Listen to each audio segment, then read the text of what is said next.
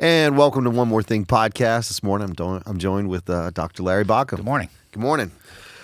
Kind of a rainy day here in Sarasota.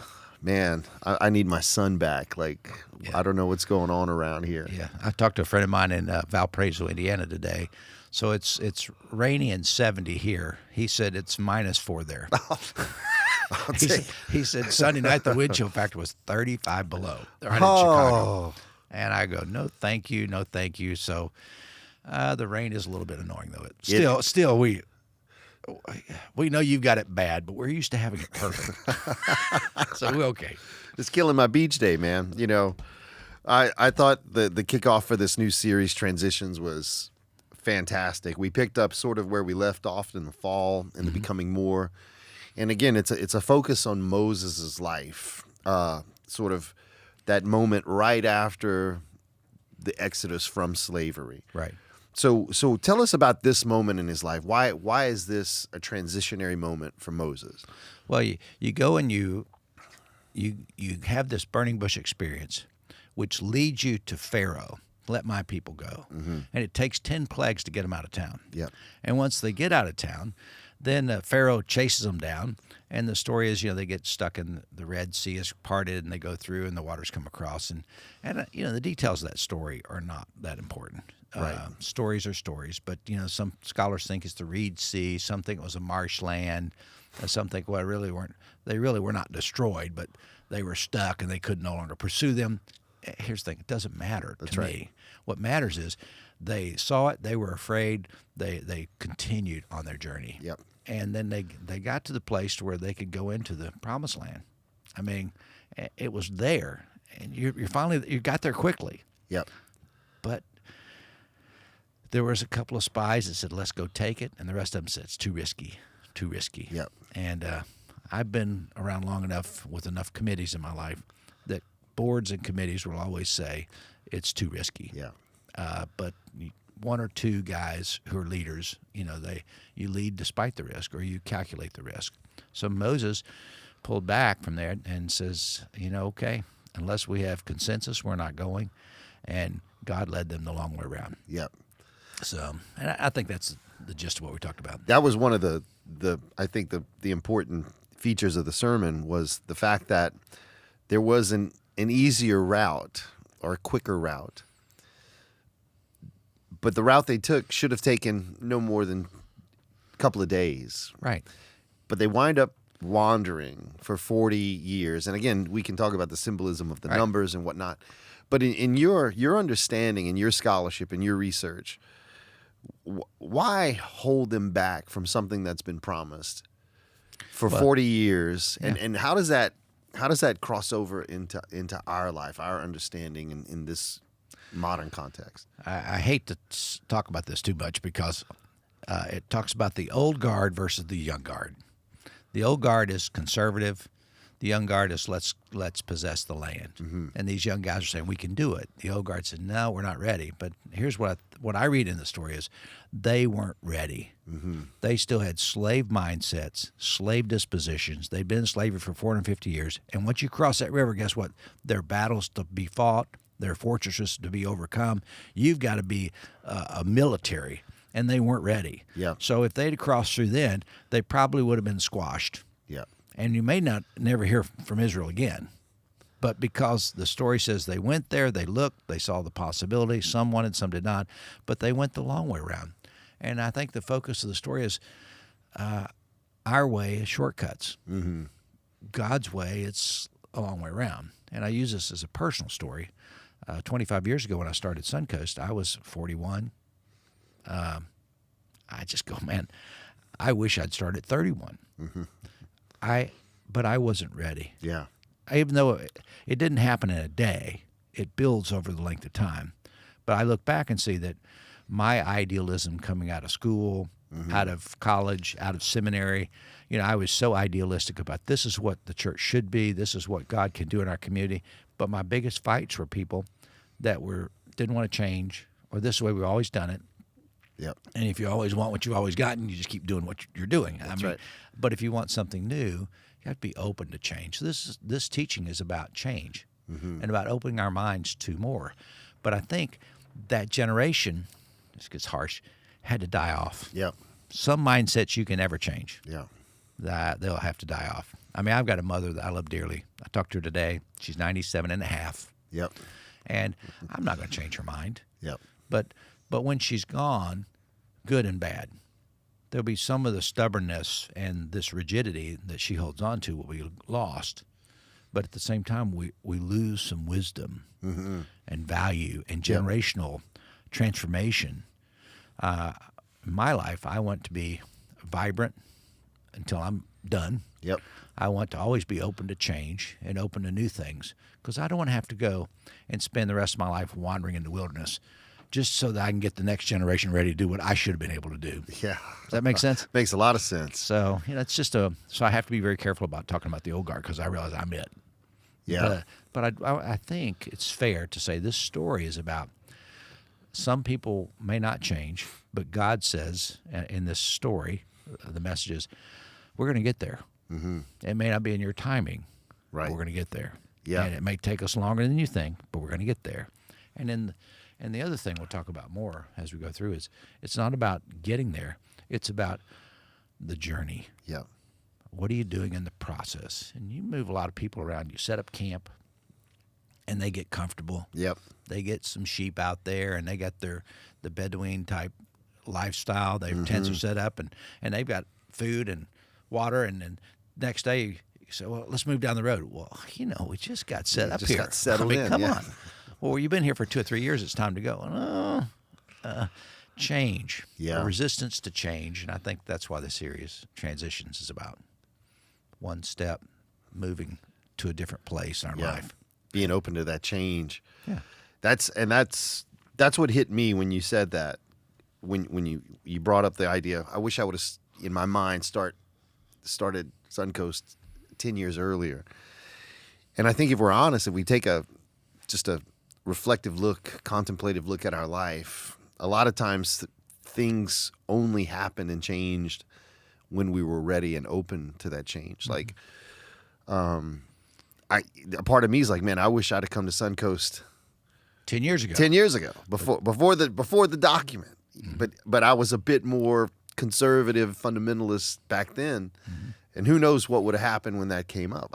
I'm pretty sure I would have hung in the boat, but I look and I go, man, all of these things happened in my life, getting the PhD, thinking I'm just going to be in academia, just another professor of philosophy.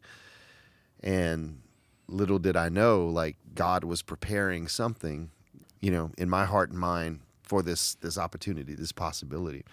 And it's been amazing to see just how this community functions and how open they are to these historical understandings of a book that many people hold in a particular context that's not authentic to that book. Right. And so that was an interesting way of just simply saying, you're taking us a long way around in our understanding of a text. Right.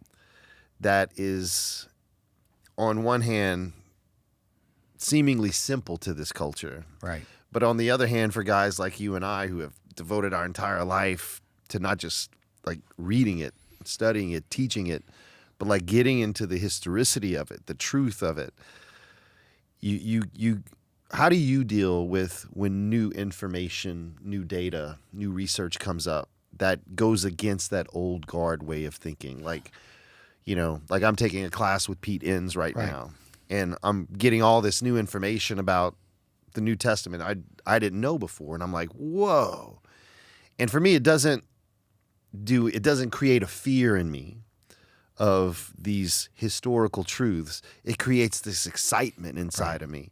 Whereas for someone who is of that old guard, it would create a sense of fear and possibly rejection of the truth. So how do you, as a leader of an organization, like deal with change? I think one of the advantages I have is 25 years of being here.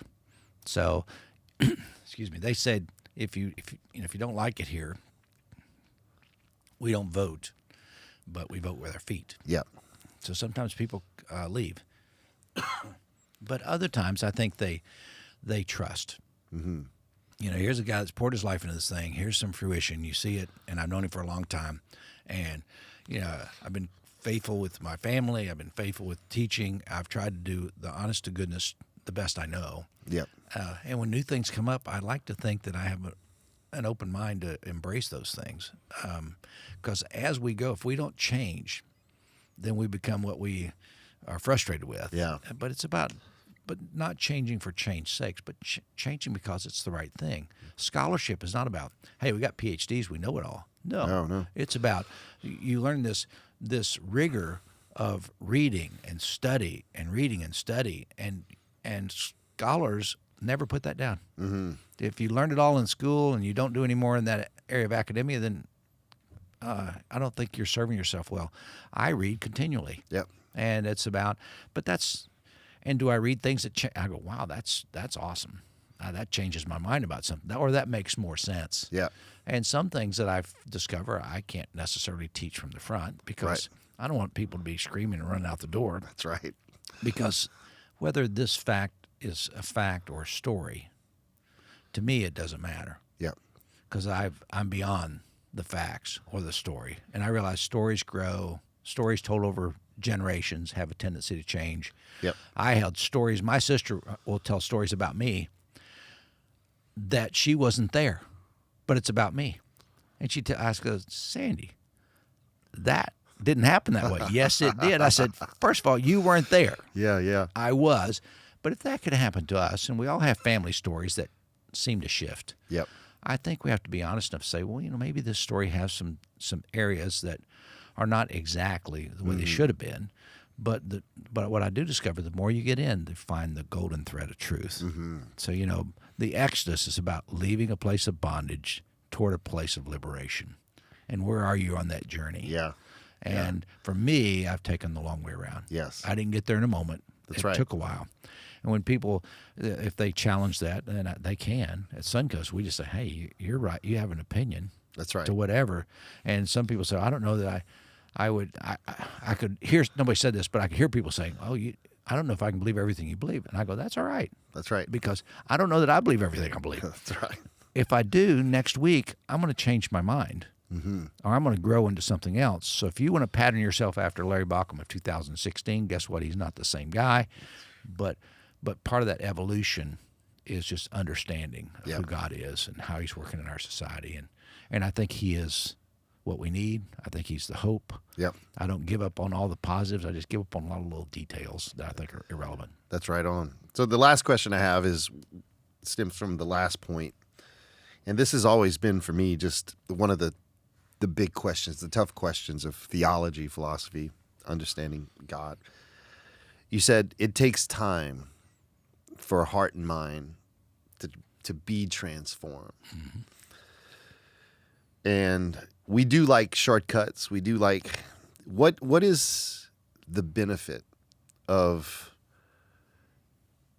what's the value of it taking time to grow? And you talked about the oak trees growing. Right.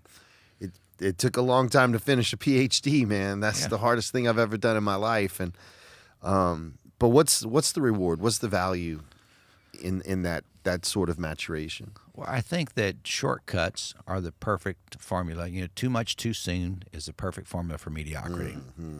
I think that if you put it in a relational area, you say, well, my children were born, now I want them to be adults. No, that's not the way it happens. They have to go through the elementary stage, and then they get in the wonderful teenage years, middle school, and then high school years, and then in college. But somewhere in there, they know everything. That's right. And then when they get a little older, they realize they don't know everything. And then the more educated they get, the more we realize we really don't know. And we have to just be willing to say, we don't know it all. Yeah. But I think the value is the growth. It takes time. Life takes time. It takes 100 years to grow an oak tree. If you want a teenager, it takes 13 years to grow a teenager. That's right. You can't. Can you imagine if your wife gave birth to a teenager? That's right. You'd be so ill prepared. But your mind gets better prepared. Mm-hmm. You've learned who they are and what they like through their lifetime, and you're able to see the growth and the transition, and even in your life and mine. we're not the same guys who were 20 years ago. No. I mean, if we'd said, let's try this, we would not have been ready. But what I will suggest, and I'm very positive, we're at the right place at the right time. We're given the right freedoms to be as honest as we can. And I think there's a culture that's starving for a more authentic concept of God and a more authentic concept of what are the teachings of Jesus about, and how that we can have emotions and feelings. But, you know, when you and I grew up, hey, come to the fort, kneel before the altar, and you confess your sins before God, and now you're a child of God. Okay. But you're still just a child. And sometimes you think, well, that prayer is going to pull me into maturation, because the next week you may need to be back to the same place, confessing your sins again. I mean, I know in my life that I was there 500 times. Oh, yeah. Just trying to easily say, God, forgive me. I'm screwing up right and left. And now I realize that I live in a life of grace and forgiveness. And I realize I do not live this non-dual life that I did before. And I'm at one with God. And I'm not God. But the life that I have, I think, comes from Him. Yep. And that's changed my perspective. And that's what we want to teach here, because it liberates people. It sets them free. That's it. I think that's the biggest transition, is to move from that slave mindset. I know it's not a very popular PC word. Right. But it is a type of mindset, into this mindset of freedom in God. Agreed. And so, yeah, I think I'm excited. I'm excited for this weekend. Yeah, it's going to be fun. And so, what's up for this weekend? A little bit of complaining. You and I will be up together. Yeah, we're going to be up together. It'll be fun. We'll take it to the next level, where they're on the journey and they're thirsty, and they don't like what they're getting, so they're whining on the journey. Yes, sure, I'm on the journey. You've taken me, but oh, man, here we go again. That's right. And so we'll discover that a little more and find out how that sometimes we're just like that. That's right. No matter where we are, I don't have enough. I mean, you can just let your mind wander there, but there's so many applications from this Old Testament narrative to the life that we live today, and we're going to play with that this weekend. It'll be good. Enjoy Awesome. it. Thanks, Dr. Baucom. Pleasure.